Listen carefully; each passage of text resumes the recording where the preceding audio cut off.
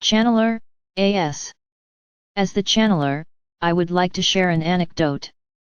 I was sighing because I was tired and it was the start of a work day at my IT job. I knew I could make it through the day, and the weekend was nearby. However, I felt that I didn't have the energy to perform well at my job that day. A Pleiadian remarked, "My dear, you have the right to be tired." So in my mind, my problem was that I was tired. In her mind, my problem was that I was in resistance to being tired and in resistance to the idea that I wouldn't perform very well at my job that day. I was creating my own suffering, by being in resistance to my fatigue. And she directly addressed what she saw as my issue, my resistance to my tiredness, while I hadn't even realized that layer existed. I was still on the surface level of I am tired.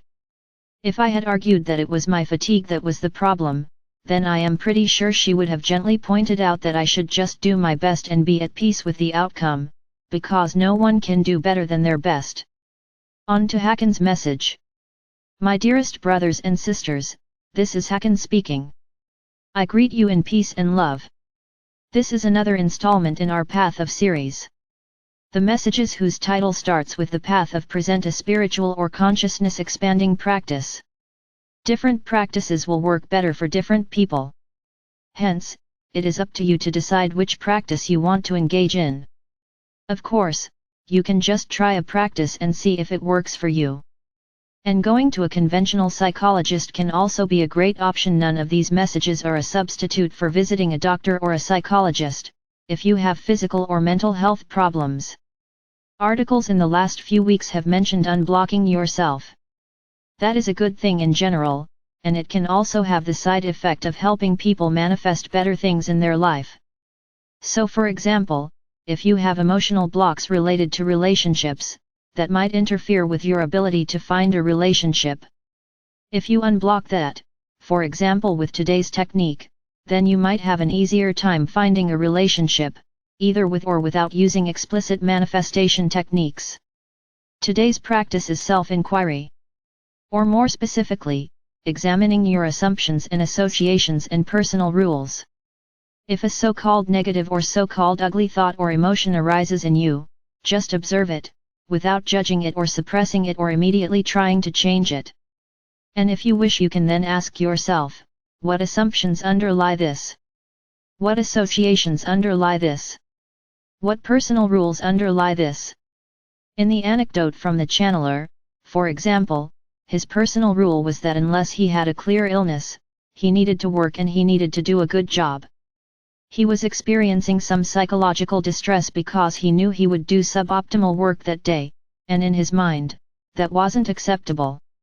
Even though there's no law of nature that says that he needed to do a good job, and realistically speaking, no one would die and he wouldn't get in trouble for performing poorly at his IT job for one day. I imagine that some people might think, Hakann, you live in paradise, you wouldn't get it. Well, my job is roughly speaking that of an earth general. If I do my job poorly, people literally die. I have had to make the decision myself. I am feeling tired. Do I hand over my command for the day to someone else and go rest, or do I simply work and try to do my best? And early on, I did choose poorly one time, and that probably did cause the death of 2 people. So yes, I understand that it does suck to be tired, and to have to choose between either saying that you can't do the job for the day, or to do the job anyway. Although, of course, the actual victims are the 2 people who died, and their families. Admittedly, I do have the luxury that I won't get into trouble if I say that I'm going to take the day off. I understand that many of you don't have that luxury, while still being in the position that doing a poor job causes clear harm to others. So, yes, it does suck when you are tired and you have a work day ahead of you. Indeed, it does. Still, ultimately, that's just the reality of physical existence. Ultimately, we all can't do more than our best, and it doesn't actually benefit us to have a rule that we must always perform well and then experience psychological distress because we're violating our own rule. Just do your best, and that's all you can do. If you are tired, that sucks, but if you then go and judge yourself that you are going to violate your personal rule that you must work and do a good job, well, then it double sucks. And there's no reason for the second suck. If I'm using earth slang properly. Ultimately, I think people as a child were motivated, or were driven forward, by teaching them rules such as unless you have a clear illness, you must work and you must do a good job. Children were either literally told this rule, or they were taught it because at school they weren't allowed to take time off, or do a poor job, if they didn't have a clear illness. Honestly, I think it's pretty sad that Earth children are driven forward like this, and that adults didn't take the time to set up an education system where children learn because they are genuinely excited and self-motivated to learn certain things. Because if you have a healthy child, they have plenty of energy and motivation and curiosity to learn things. And I think it's pretty sad that some people have an almost slave-driver-slave type of relationship with themselves, where they're trying to drive themselves forward by trying to force themselves to conform to certain rules, such as needing to perform well at all times. I know people feel that only this way they can perform well, but actually, this is just what people were taught as children. It's actually more effective to just have compassion for yourself and to do your best. Sure, it's possible that your best isn't good enough, but you'll still perform at least as well if you have compassion for yourself and do your best, rather than if you are harsh with yourself. Plus it's less stressful. Yes, sometimes if you don't perform well then other people get hurt, or you may get fired. Sometimes the situation you are in does indeed suck. But none of that actually proves that it's beneficial to force yourself to conform to some personal rule and then stress out when you can't live up to your own personal rule.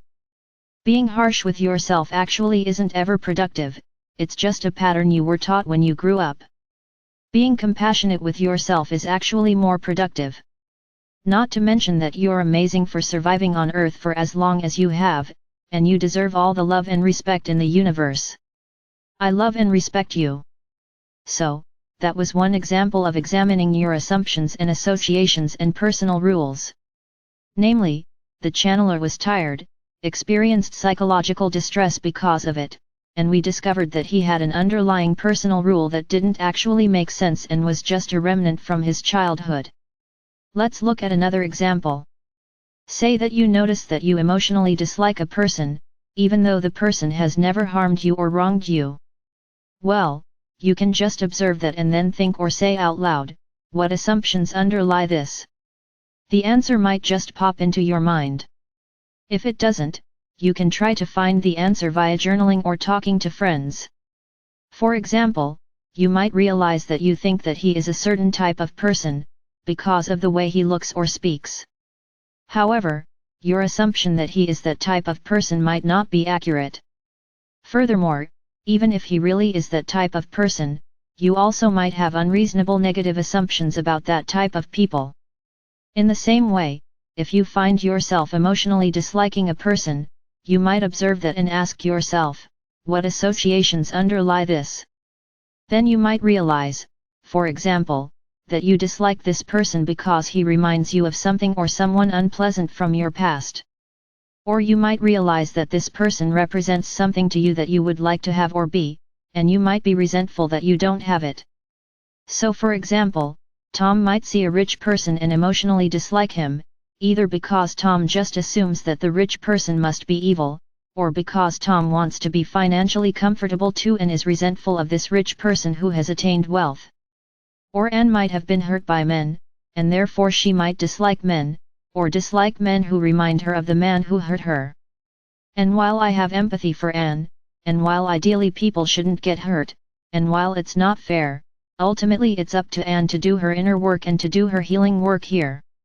Of course, if Hank has been hurt by a woman and he now dislikes women, then ultimately it's up to Hank too to do his inner work and his healing work. Also, you might have to ask yourself multiple times what assumptions, associations, or personal rules you have, in order to go beyond the surface layer.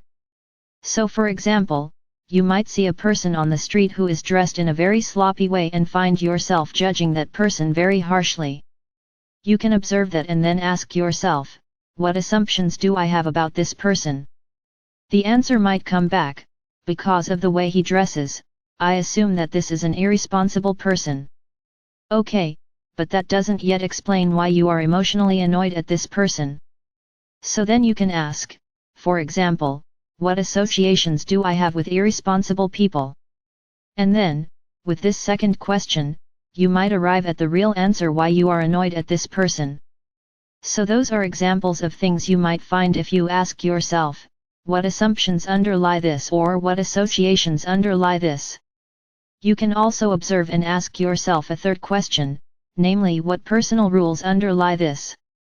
Then you might find, for example, that you are triggered by this assertive person because you were taught as a child the personal rule that you must be quiet and pleasant, and that you are too much if you ask things for yourself or if you inconvenience your parents. Or perhaps you were taught the personal rule that you are only allowed to make claims and have opinions that you can rationally back up. I have been discussing the situation where you investigate your assumptions, associations, and personal rules if you emotionally dislike a person. However, you can ask yourself these questions whenever any unpleasant or so-called negative emotion or thought arises in you. It is good to not judge whatever comes up, or be harsh to it or to yourself. If you notice a so-called negative or so-called ugly emotion or thought arising in you, just observe it, without trying to judge it or suppress it or immediately try to change it.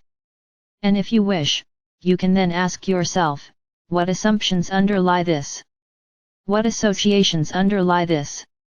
What personal rules underlie this? If none of that helps, another question you can ask yourself is, when did I first feel or think this painful thing? Please treat yourself with kindness. You are amazing, you deserve to be treated with all the love and all the kindness in the world. And all your inner parts are welcome and worthy of love, from my perspective. I hope this was helpful. Finally, I know the situation on Earth is very tough. We're doing as much as we think is wise to do. We are very much not forgetting you, and we have a very deep love and respect for you. Earth is incredibly harsh right now, and I think many people are doing unbelievably well given how hard it is. You have all my love and respect. Your star brother, Hakann for Era of Light.